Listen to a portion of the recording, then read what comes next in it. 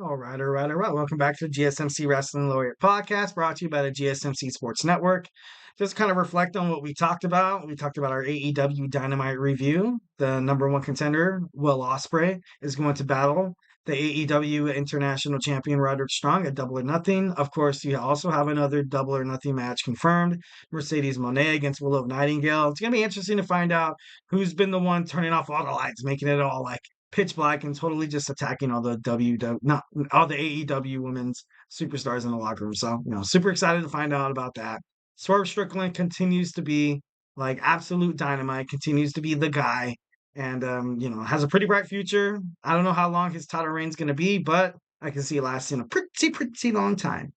Right. And then our segment two, we talked about Thursday Night Wrestling preview. We talked about Impact Wrestling, of course, Nick Nemeth losing against Moose for it was a TNA World Heavyweight Championship match at Rebellion. And what is he going to do to bounce back? Can he bounce back?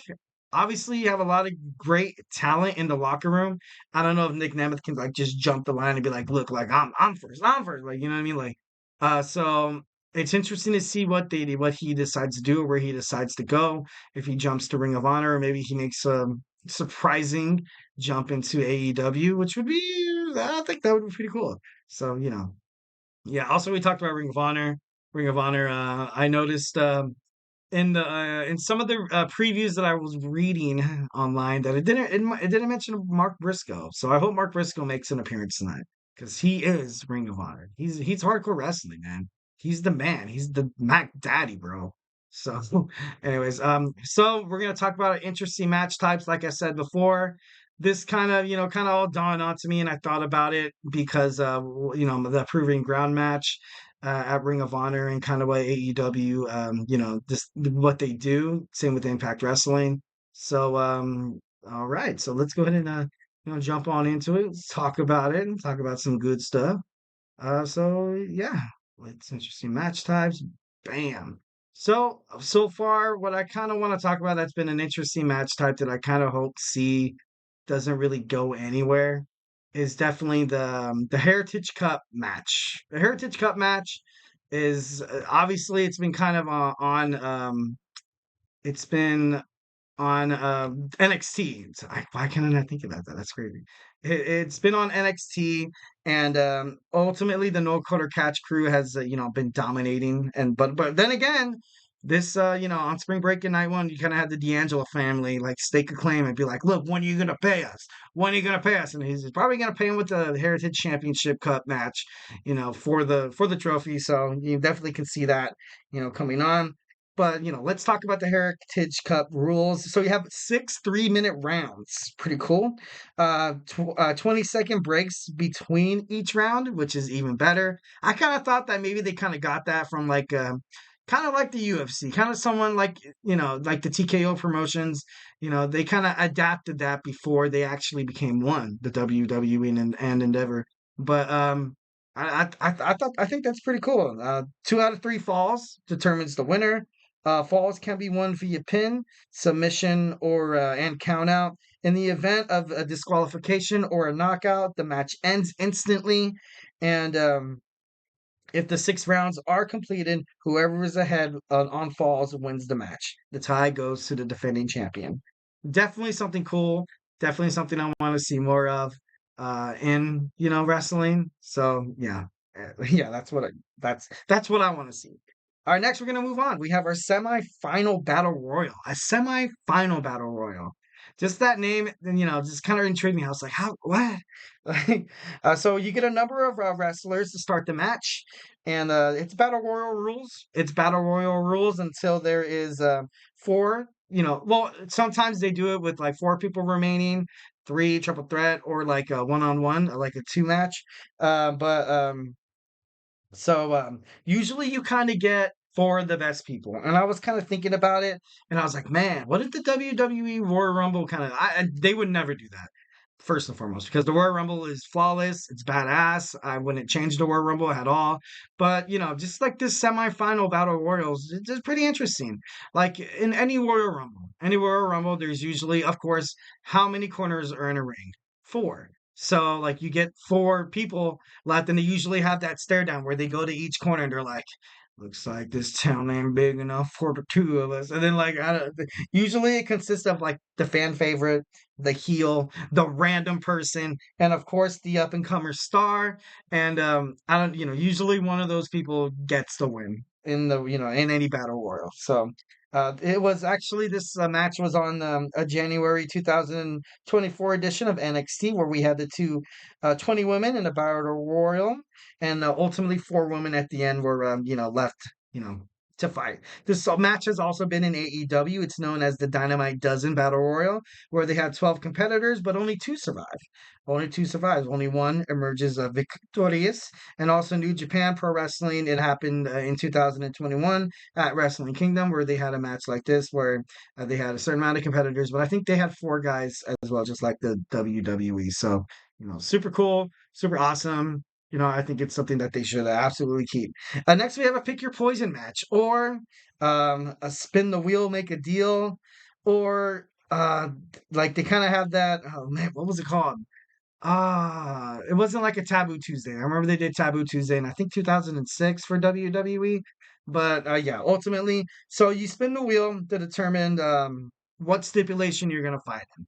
Like, don't get me wrong, I know for a fact that when it comes to violent matches, when it comes to like tables, ladders, and chairs, tables, cell, whatever, like you can't constantly put your superstars through that because then these guys are only going to last like probably a match a month, So that, obviously it's not totally ideal, but you can always put like some like submission match on there, maybe like a random over the top rope, like or something, just like something silly. Like it doesn't have to be something strenuous, like something that like that breeds blood. Although that would be pretty cool. But but so ultimately they kind of had the spin the wheel, make a deal match. That was also there. It was also called Raw Roulette. Raw Roulette. They did it on Monday Night Raw a couple of times, and I don't know. It just did really, really successful. I liked it a lot. I know they kind of coined it in NXT with the Halloween Havoc. Like I said, it was revived by WWE NXT. So it's kind of like the focal point of that. But ultimately, I think it's cool. I think it's very, very cool. And I think they should keep this and they should make it like, maybe like a once a month kind of thing. Another thing that I kind of miss, to be honest, is the three stages of hell match. Like I said before, like I know this might be a little strenuous, but I just think it's badass. I think it's cool. Like maybe once every 3 months. That'd be pretty cool. But you have three match types.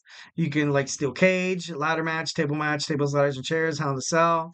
I think there was even once an Iron Man match, I think between Triple H and Shawn Michaels that occurred. So I don't know. I kind of want to see, that'd be pretty cool to see the three stages of Hell match come along. You saw in Stone Cold versus Triple H No Way Out 2001. Then you saw Shawn Michaels and Triple H do it at Armageddon 2002. And most recently, you saw Adam Cole fighting Kyle O'Reilly in NXT Takeover. And so, definitely a match that should come back. Absolutely love it. But I'm a match stipulation kind of guy. So, next we have like what we just recently talked about, our Casino Gauntlet match. This is something that should be in WWE. I think that would be super badass. I think that'd be super cool.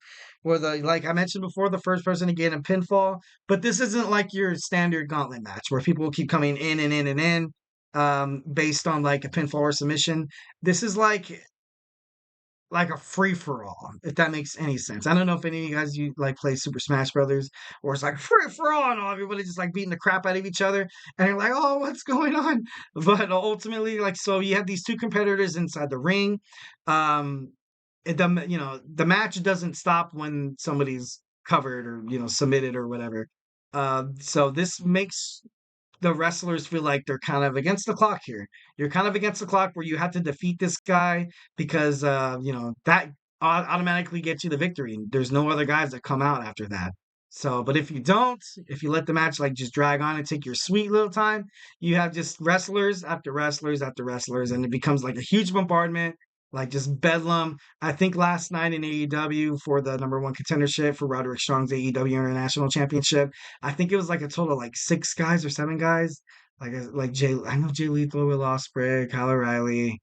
Um, yeah, like I think around 6 or 7. So obviously something that should be that should be universal and would be absolutely badass. So, and also, like I mentioned before, something that I definitely think that WWE should take is the 8-4-1 match. Essentially, you have a 8-person tag team match, and the winner of that team, all the superstars, the team of four, they face off against each other in a fatal four-way match, and there's one overall winner. Absolute genius. Imagine this happening at Survivor Series, where you have the champion be surrounded by a bunch of guys in a traditional Survivor Series match. At the same time, you want to win, but at the same time, you're kind of like, I don't want to fight these guys. So, like, but ultimately, I think that would be pretty sick. Absolutely 100%. So, definitely something that's WWE should definitely pay more attention to. So, yeah, like I said before, absolutely love it. Absolutely love stipulations matches. This is something that I kind of want to go over before I end this match stipulation segment. Is when was the last time we actually had a traditional Survivor Series elimination match? I know we have had it in the past, but I just feel like lately, within the past couple of years, it just seems so like so redonkulous. It just seems so redonkulous. I know back in like I think it was 2018. I think so. No, I think it was after that where they had WWE NXT against WWE Raw against WWE SmackDown, where there was triple threat matches galore, and it was just super cool.